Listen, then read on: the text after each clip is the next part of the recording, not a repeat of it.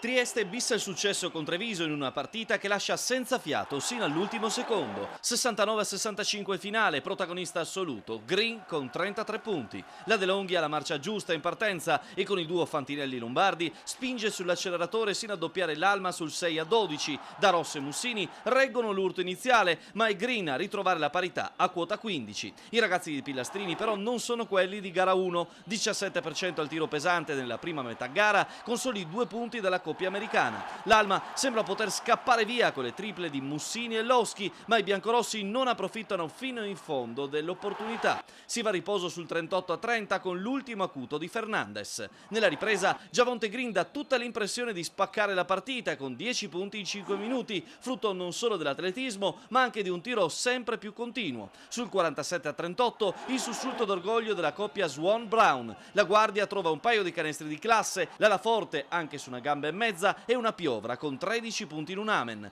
Treviso tocca per un attimo il -2, ma la Pantera Javonte la ricaccia indietro. L'ultimo quarto scatta sul 58-50 e le 2 triple in successione di Cavaliero, ancora mascherato per la frattura allo zigomo, e Green sembrano incanalare definitivamente il match. Treviso però ha 7 vite come i gatti. Il controparziale griffato De Longhi è una mitragliata opera del gruppo italiano, 11-0 e margine di Trieste ridotto a un punto. Infine 3 minuti e 40 secondi ad altissima tensione. Le triple sbandano sul ferro per entrambe le squadre. Basta un libero di Bowers più un'appoggiata al vetro in contropiede di Green per ridare a Trieste 4 punti di margine. Bruttini fornisce l'ultima speranza di rientro agli uomini della Marca, ma Green, glaciale della lunetta, la chiude. 2-0 per l'Alma. Venerdì al Palaverde la prima chance dei triestini per chiudere la serie. Per Treviso invece il più classico dei vincere o andare a casa.